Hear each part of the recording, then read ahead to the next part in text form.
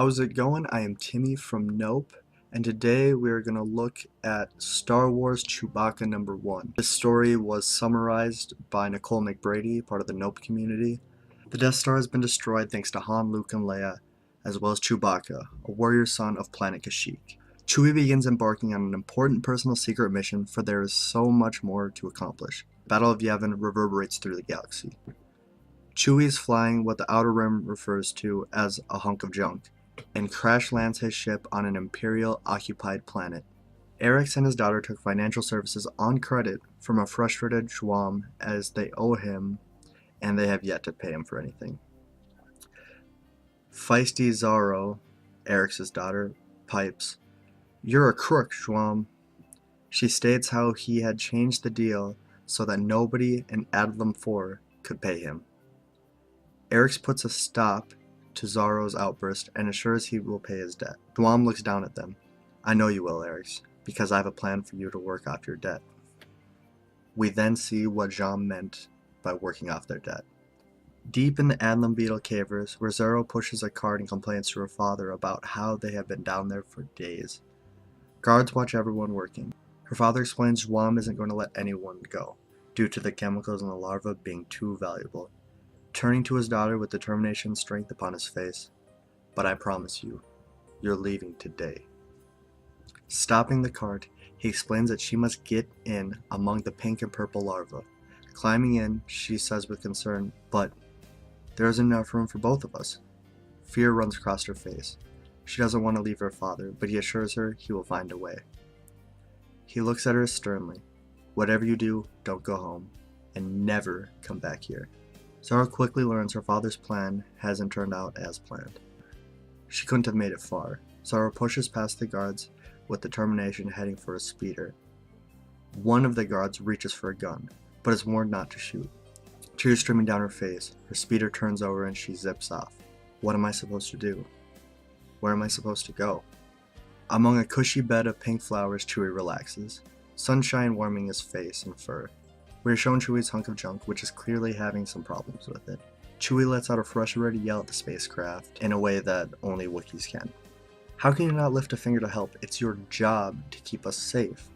Zaro is shoved out the door by a man, and before he closes it, he whispers, "Schwam paid off the council too."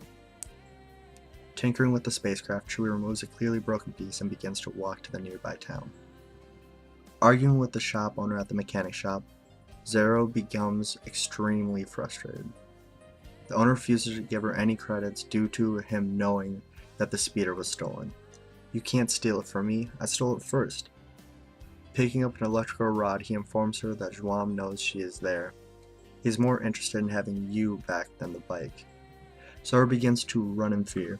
Determination floods her face. Suddenly, Chewie's hand grabs the back of the owner's shirt collar. Chewie, now having the trader's attention, roars at him. The owner, frustrated with Chewbacca's impatience, tells him the part he is looking for is a firm 100. Growing angrier, Chewie throws his arms back, hitting a man. "Please, row somewhere else, and return when you have enough credits." Chewie heads to a nearby bar to gamble and hopefully win the credits he needs. "Look out, ladies, we have a high-rolling Wookiee at the table now." The dealer plays out the cards. The Wookiee wins. In the background, we see young Zaro enter the bar. Schwam's right-hand man and some guards enter the bar. "Spread out. Cover the exits." Chewie's meal arrives as the guards approach him with a look like they're out to cause trouble. Chewie stares back. "Never mind." As they begin to walk away, Chewie continues to enjoy his meal. Zaro suddenly climbs out from underneath Chewie's table. "The floor of this place is disgusting, and you shed a lot. Gross."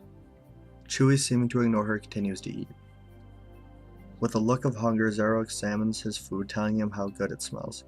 Letting out a low growl, he slides the bowl over to her. She says, "Thanks. I'm good for it, I swear." After receiving his part for the ship, Chewbacca heads back, but with a tag-along. Zaro is giving him an earful about how good he is at sabacc and how bad her father is at it. Chewie raises his hand to silence her. She goes on to explain how her father is in trouble and she needs someone to scare Schwam, preferably Chewie. Zaro climbs on his back, realizing he's not going the direction she needs him to go. Schwam's camp is in the other direction. Chewie continues to ignore her. She asks him a slew of questions as they continue to walk. Reaching the ship, Zaro asks Chewie if he's going to help her before he leaves. Rowing and pointing at the sky, he looks agitated. I'm asking you to get involved in something really important. He looks down at her and lets out a low growl. She looks up at him and states that she could have misjudged him. Maybe he did have other important obligations. A little while later, we are shown Chewie working on a ship. Zaro once again telling Chewie her life story. She explains how she believes Chewie could scare Zhuam. He replies when Zaro states, "I get it, you must love the Empire." This strikes a nerve and Chewbacca lets out a huge roar. Zaro pleads for help, explaining that Zhuam plans to sell this planet. Whatever's in that box you're delivering isn't so important that it can't wait a day, right? Desperation in her voice. She tells him how no one is willing to help and that Zhuam enslaved them. Do you know what that means? To be a slave? Scowling, Chewie shakes his head and yells, "Okay, don't rage out. I got the message. You're leaving. Safe travels." Chewie then turns around with a gun raised in the air. "You're actually gonna help?" Zaro jumps to Chewie, arms wrapped around his neck. "I knew you'd do it. Thank you." Chewie smiles. It appears to be night out and Zhuam and his right hand are meeting with a group of men. He thanks them for meeting so far out from the spaceport. It is brought to our attention that the men are looking for high quality deadlanite in large quantities. Carrying a case, they show the men. "You'll find this small gift proof enough of what I can do for the Empire." The officer questions if the samples prove potent enough and if he would be able to provide the quantity that they need.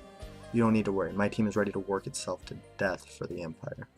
And that is the end of Star Wars Chewbacca #1. Again, thank you, Nicole, for writing this episode. We're going to try to have a comic book look back every single Wednesday. So subscribe, like, share, click that bell next to the subscribe button for more content.